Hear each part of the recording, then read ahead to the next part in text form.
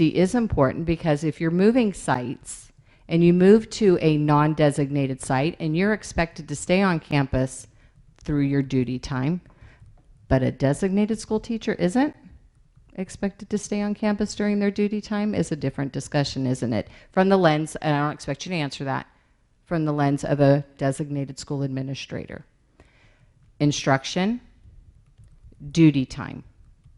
Contract says duty time, prep time is during duty time, which is when you're on campus, and then you can leave for your 8th hour. For designated schools, it's 7.5 to the 8.5.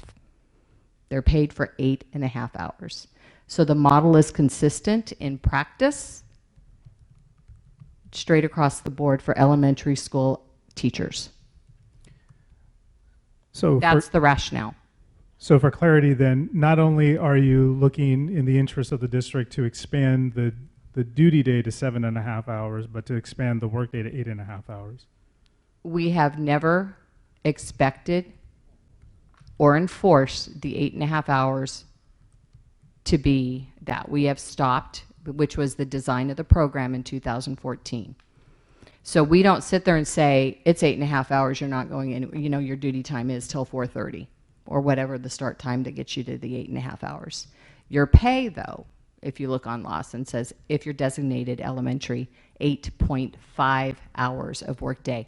And that, for those that were originally introduced to designated schools, it was explained to them all with someone going out to each school, because I was part of that as well. And at my site, it was Manjeet that came out and visited everybody, whoever was at different sites, because I was a principal at the time, to explain it's an 8.5. And designated school teachers, elementary, are paid 8.5.